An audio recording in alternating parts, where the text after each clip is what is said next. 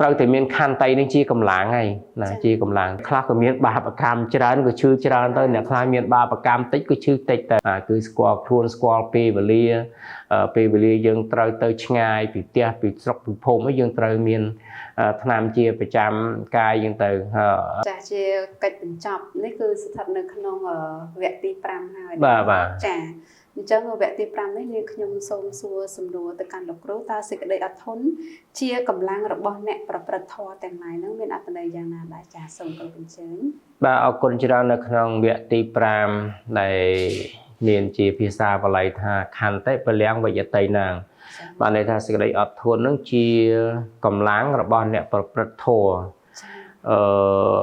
ដោយសេចក្តីថាអ្នកដែលធ្វើធម៌អ្នកដែលមានធម៌ផ្សេងហ្នឹងគឺត្រូវយកសេចក្តីអត់ធន់ជាកម្លាំងណាមិនមែនយកបច្ច័យ4មិនមែនយកលៀបយកលួសយកលៀបយកយុះយកឈ្មោះយកសម្លេងធ្វើជាកម្លាំងទេគឺយកសេចក្តីអត់ធន់ធ្វើជាកម្លាំងដោយសារតែដំណើរជីវិតរបស់យើងមួយវាត្រូវតែជួបឧបសគ្គហើយណាឧបសគ្គដូចជាពិសេសពាក្យរិះគន់និន្ទាបរិហាចំអកលកលើយដែលជាលោកធម៌ដែលជាលោកធម៌មានលៀបអត់លៀបមានយូរអត់យូរមានឈ្មោះមានឈ្មោះអត់ឈ្មោះអីសពគ្រប់បែបយ៉ាងសុខទុក្ខជាពិសេសសេចក្តីសុខសេចក្តីទុក្ខនេះណាសេចក្តីសុខសេចក្តីទុក្ខដូចធម្មតាជីវិតយើងវាត្រូវតែមានសេចក្តីទុក្ខនោះណាសេចក្តីទុក្ខជារបស់ធម្មជាតិទោះបីយើងមិនចង់បង្កើតក៏ត្រូវតែជួបដែរណាក៏ត្រូវតែជួបដែរប៉ុន្តែទៅតាមគោលការណ៍ឬក៏គោលធម៌របស់ព្រះសម្មាសម្ពុទ្ធសេចក្តីទុក្ខគឺយើងត្រូវកំណត់ដឹងត្រូវយើងកំណត់ដឹងដូចជាយើងត្រូវប្រើថ្នាំភេសជ្ជៈខ្ញុំចេះច្រឡំពាក្យភេសជ្ជៈហ្នឹងគឺសម្រាប់លោកអញ្ចឹងបើយើងប្រើទូទៅក៏បានដែរប៉ុន្តែថ្នាំកែរោគបាទថ្នាំកែរោគគឺយើងប្រើដើម្បីកម្ចាត់បងនៅរទាស់ហើយយើងឆ្អល់ពោះអញ្ចឹងមិនមែនថាឲ្យយើងនៅកំណត់ដឹងហ្នឹងពោះនឹងវាឆ្អល់ហើយពោះនឹងវាឆ្អល់ហើយទេបាទហើយនិយាយចឹងទៅមានអ្នកខ្លះគាត់ថាទោះបីអ្នកចេះដឹងពេទ្យយ៉ាងម៉េចក៏នៅតែឈឺដែរណាមិនចឹងទេរឿងឈឺយើងជៀសមិនរួចទេប៉ុន្តែយើងរកវិធីការពារយើងរកវិធីដោះស្រាយសូម្បីតែព្រះសម្មាសម្ពុទ្ធជាម្ចាស់នៃយើងព្រះអង្គលោកមានពេទ្យមួយឈ្មោះថាជីវកោមារភ័តឬក៏ជីវកោមារភ័តនេះគឺនៅជាប្រចាំសម្រាប់ជាបាលឲ្យព្រះអង្គនឹងបាទសម្រាប់ជាបាលព្រះអង្គបាទហើយអ្នកប្រព្រឹត្តធម៌ក៏ចឹងដែរអ្នកប្រព្រឹត្តធម៌នឹងមិនមែនថាអ្នកទៅរៀនធម៌ដើម្បីជាបាលជំងឺទេខំធ្វើធម៌ដើម្បីកម្ចាត់បងនៅជំងឺហ្នឹងទៅមិនមែនចឹងទេជំងឺរោគជាតិធីវាកើតមានទូទៅទាំងអស់ទៅតាមគេហៅធម្មពលរាងកាយរបស់មនុស្សម្នាក់អ្នកខ្លះក៏ឈឺច្រើនអ្នកខ្លះក៏ឈឺតិចចឹងទៅអ្នកខ្លះក៏មានបាបកម្មច្រើនក៏ឈឺច្រើនទៅអ្នកខ្លះមានបាបកម្មតិចក៏ឈឺតិចទៅប៉ុន្តែនៅក្នុងដំណើរជីវិតដែលត្រូវប្រព្រឹត្តធម៌ត្រូវមានអីជាកម្លាំងគឺត្រូវមានសេចក្តីអត់ធន់ទៀងទីហោថាកំពុងតែអង្គុយធ្វើធัวសុកគាត់ចោលពុះឆេវបន្តិចហ្នឹងស្រែកឡាំប៉ាភ្លាមធ្វើឲ្យផ្អើលគេផ្អើលឯងហ្នឹងយើងអាចជួនកាលអាពុះហ្នឹងវាឆ្អល់មែនប៉ុន្តែបើយើងទ្រាំបន្តិចទៅក៏វាអាចស្ងប់ទៅវិញក៏មានដែរហ្នឹង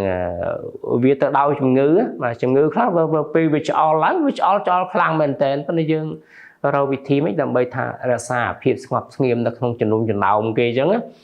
ម្ដងឲ្យតែឆ្អល់ពួមដូចអូខ្ញុំអត់កើតទេស្រែកវោវាស់អីចឹងអានឹងអត់ល្អទេអញ្ចឹងបានយើងត្រូវយកអីជាកម្លាំងយកខន្តីជាកម្លាំងយកជាកម្លាំងមកសម្រាប់អីសម្រាប់មកទប់ស្កាត់អាជំងឺហ្នឹង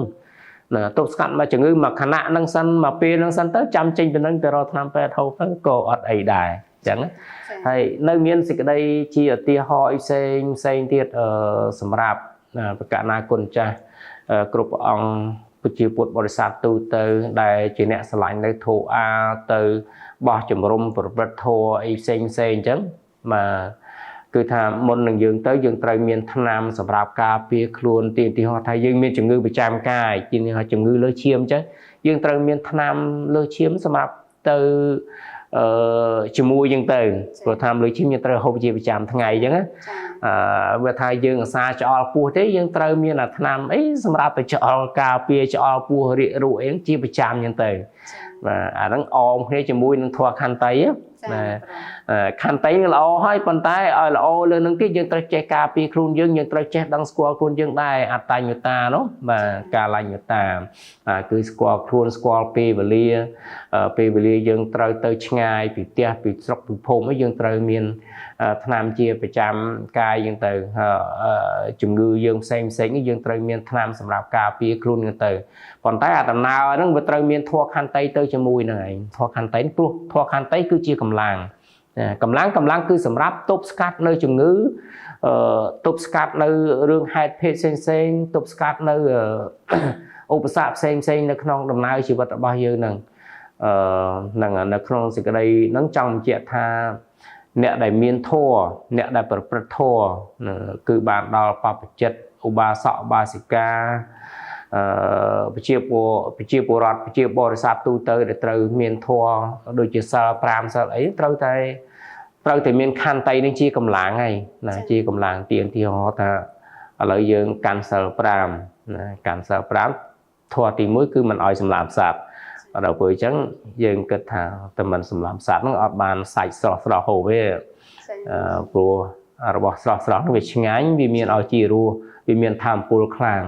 បាទមានធម៌ពលខ្លាំងអញ្ចឹងយើងត្រូវយកការអត់ធន់យើងកាលណាយើងមានអត់ធន់ហើយវានាំឲ្យកើតបញ្ញា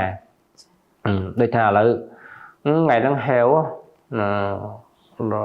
អញ្ចឹងតើបានរបស់ស្រស់ហើយមកតែយើងគិតថាដើម្បីបានរបស់ស្រស់ទៅធ្វើម៉េចឥឡូវតើយើងទៅផ្សារទៅបាទយើងទៅផ្សារទៅគាត់ថាអត់ដឹងអីដើរទៅផ្សារទៅដឹងហើយឃើញបន្លែស្រស់ឃើញត្រីស្រស់ឃើញសាច់ស្រស់ក្រៅពីរបស់ដែលរស់វាមានរបស់ស្រស់ដែរតាបានន័យថាទៀងថាឥឡូវសាច់គោហ្នឹងគេទៅយកមកព្រឹកមិញទៅវានៅស្រស់ដែរតាទីត្រីដែលគេទៅសម្លាប់ហើយក៏វានៅស្រស់ដែរមិនថាយើងទៅពជាគេសម្លាប់ទេអាហ្នឹងហើយដែលជាកម្លាំងជាធម៌ពលសម្រាប់អ្នកប្រព្រឹត្តធម៌បាទអរគុណច្រើនចាគណៈពេលទីរបស់យើងបានឈានចូលមកដល់ទីបញ្ចប់ប៉ុន្តែមុននឹងបញ្ចប់តើលោកគ្រូមានបណ្ដាំផ្ញើអ្វីទៅកាន់បងប្អូនចាសូមគ្រប់អញ្ជើញបាទជាចុងបញ្ចប់ខ្ញុំប្រកាសថាខ្ញុំបាទសូមគោរពអនុញ្ញាតជូនដល់ជាពុទ្ធបរិស័ទថានៅក្នុងសង្គមគ្រួសារសង្គមការងារសង្គមប្រទេសជាតិទាំងមូលគឺយើងអត់អាចខ្វះនៅខន្តិធម៌នឹងបានទេបាទបើយើងខ្វះខន្តិធម៌ខ្វះសេចក្តីអត់ធន់ហ្នឹងគឺស្រុកទេយើងអត់អាចមានសន្តិភាពដូចសពថ្ងៃនេះបានទេបាទអរគុណច្រើនចាជាទីបញ្ចប់ខ្ញុំម្ចាស់ខ្ញុំករណាមានសង្ឃឹមយ៉ាងមុតមមថាព្រះថេរានុថេរៈសម្ដេចឯកឧត្តមលោកជំទាវអ្នកអង្គញាលោកស្រីអ្នកនាងកញ្ញាប្រកាសជាទទួលបាននៅចំណេះដឹងនិងគុណធម៌បន្ថែមដែលដកចេញពីការអប់រំនៅក្នុងកម្មវិធីនេះនៅពេលនេះនីតិពុទ្ធវត្តសូមឆ្លះតែប៉ុណ្ណេះសិនសូមគោរពយាងនិមន្តអញ្ជើញរងចាំព្រះសម្ដាប់ស្ដាប់និងទស្សនានាពេលក្រោយទៀតតាមពេលវេលានឹងម៉ោងដដែលនៅពេលនេះខ្ញុំម្ចាស់ខ្ញុំបករណានាងខ្ញុំរស់ស្រស់លោកគ្រូវាគ្មិនព្រមទាំងក្រុមការងារទាំងអស់សូមក្រាបថ្វាយបង្គំលានិងជម្រាបលាសូមគោរពអរព្រះគុណសូមអរគុណ